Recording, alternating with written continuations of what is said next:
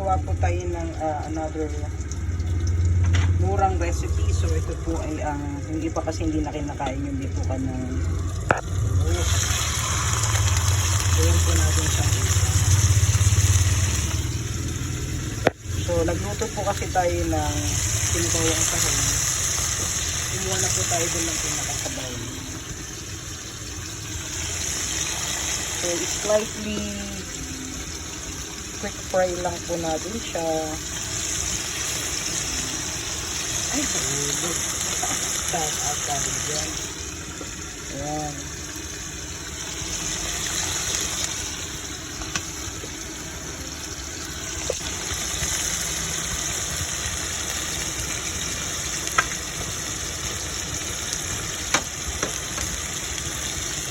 So, ayan na nga.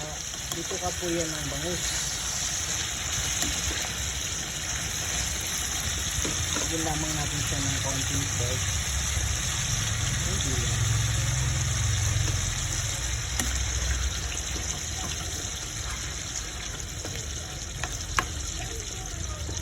Yung inakala nyong hindi na pwede, pero pwede pa pala. Ano daw yun? So yan, lutuin lang po natin bahagya. So ayun na nga, kumukulo na. Di ba meron tayong kinuwang tinola broth? I mean tahong broth galing sa ating tinola. Hindi pwede rin sa maging tinola. Dito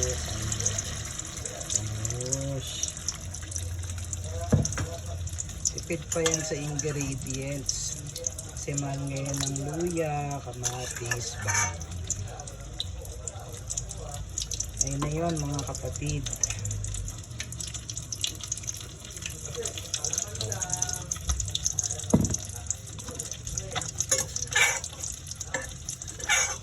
Papaluan lang natin yan ng konti. Shout out dyan sa mga mahilig sa bitukan ng bangus. Ayun na, kumulo na po siya. Lagyan na po natin ang ating garnish. Tapos mamaya, pwede na yan. Yung mga mahilig dyan sa mapait-pait na sabaw, ito po ay saktong-sakto dyan.